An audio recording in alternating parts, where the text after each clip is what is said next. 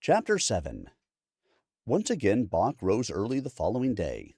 After buying some new clothes from the tailor's shop in the palace basement, he had settled in his room early the previous evening. He wanted to make sure he was completely prepared and on time for the journey. He planned to be the first person at the meeting point at the West Stables. But when he arrived, a sound rang out from behind the expansive building. Think! Think! Think! Longbow in hand and silver-white shirt tied around his waist, Aventil fired arrow after arrow at a small wooden target more than 100 feet away.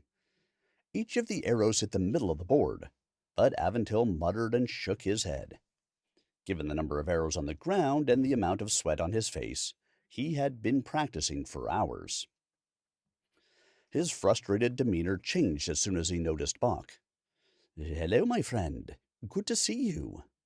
He stopped his practice and walked over to Bach. The country healer leaned against a wooden beam supporting the stable's roof. The familiar smells of hay and horses brought a smile to his face, as did Aventil's marksmanship. "That was impressive, Aventil. I had no idea you were so accomplished at archery." "That? It was nothing. Just a hobby my parents consider a waste of time and money. But it gives me something to do other than get in Isabella's way." Aventil grabbed a clean towel from a hook on the stable's wall and mopped his face. Bach jumped when someone brushed against his arm. A green-clad attendant hustled past him to hand Aventil with a cool cup of water. "Ooh, that's good. Thank you." He drained the metal cup and handed it back to the servant, who bowed and left without saying a word. He could be me. If I worked at the palace, it would be as a servant. And would Aventil notice me then? "Good morning, Lord Amorinil." Commander Corrigan's gruff voice interrupted Bach's thoughts. The royal guardian sported a gray mustache, a strong arm, and a face like leather. After nodding to Aventil, Corrigan lifted a worn, scratched leather saddle, his biceps flexing under its weight. Aventil put his hand on Bach's shoulder and gently pushed him forward. "And good morning to you, Commander Corrigan. I'd like to introduce Bach Omat, Hila of Sola Valley. He will be accompanying us, as you know. Bach, this is Corrigan, Commander of the Royal Guard." "I'm honored to meet you, sir." Bach saw the commander at the Royal Council meeting, but the two hadn't exchanged words until this moment. "You need a sword," Corrigan said without looking away from his shores. Bach rubbed his forehead. "Excuse me, sir?" "If you're going on this mission, you need a sword." It was not a question. Corrigan pulled a spare blade from a leather sack he brought with him and tossed it to Bach. Bach unsheathed the sword and examined the blade. He had never held a sword before, something he felt sure those in the palace would find amusing. Villagers like him and his neighbors depended on weapons that double as tools, such as axes, knives, and spears for self-defense. And you can't kill a deer, chop firewood, or clean trout with a broadsword, no matter how much it gleams. Corrigan then explained that the group would pose as a traveling merchant party, giving no official notice of their departure in Ithanel or arrival in Nassim. Along the way, they were to maintain a low profile, never appearing to be more than a routine, anonymous group of business travelers. "Better that whoever did this not know about our comings and goings." The commander also had decided against sailing upriver to Nassim, a decision Bach appreciated. He had never sailed on a boat and was glad he wouldn't have to on this voyage. Bach looked toward the palace, and ships, swords, and saddles suddenly left his mind, because Isabella glided down the brick path, Tovano and Lieutenant Wingate in tow. She had replaced the purple silk gown she wore to yesterday's briefing with white cotton pants, a loose-fitting tan shirt, and polished riding boots that nearly stretched to her knees. A wide-brimmed black hat replaced her tiara, and her long hair was tied back in a ponytail. Corrigan stood at attention, while the servant who had given Aventil the glass of water bowed deeply when she passed. Bach merely folded his hands at his waist and shuffled his feet. Isabella met him with a broad smile. Good morning, Bach. Are you ready for our adventure? His heart thumped against his ribcage. Absolutely, Your Majesty. I'm ready for anything. It is a lie, but how can I say any different to the princess? After a quick but warm greeting to each of the other men, Isabella looked around the stables and frowned. Where is Kotarian?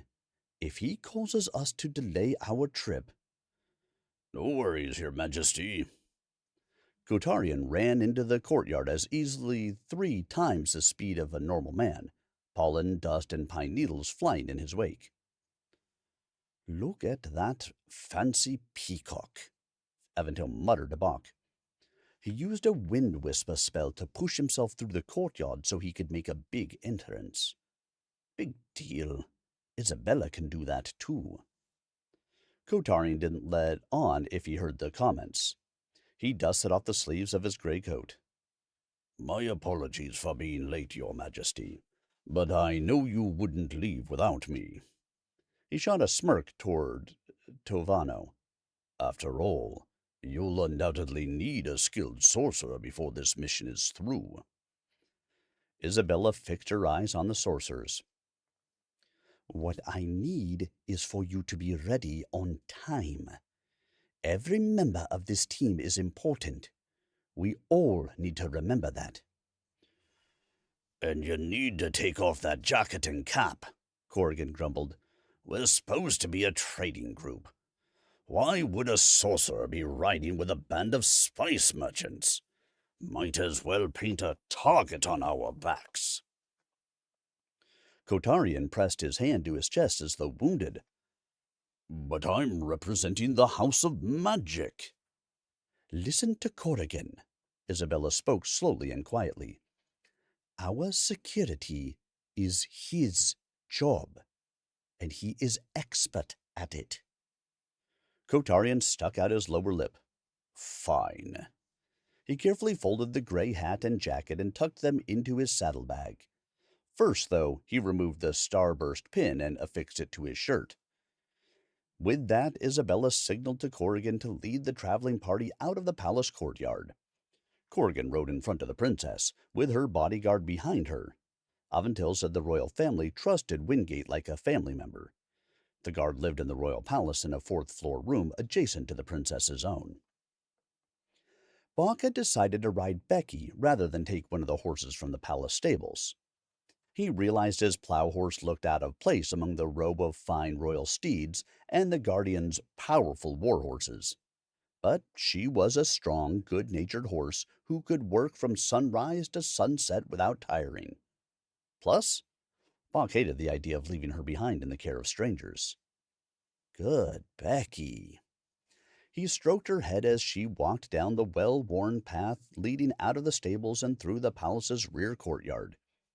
This space behind the palace served as a working area, with numerous sheds, outbuildings, workshops, and storehouses to serve the practical needs of the large campus. The familiar black smoke of a blacksmith shop curled up from behind a greenhouse.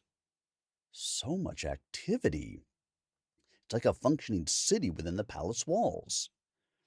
Another section of the royal gardens jutted out into the rear courtyard. The expansive green space had to be many acres. Isabella rode up beside Bach and pointed to a plaza just inside the gardens. The royal gardens were my mother's favorite spot. She spent hours there every day the weather would allow, pruning, watering, and otherwise loving the flowers into existence. Isabella smiled at the fond memory. Even after she became ill, she spent many days there on that plaza, painting portraits of her beloved blossoms. I would bring my lessons and study at her side while she painted.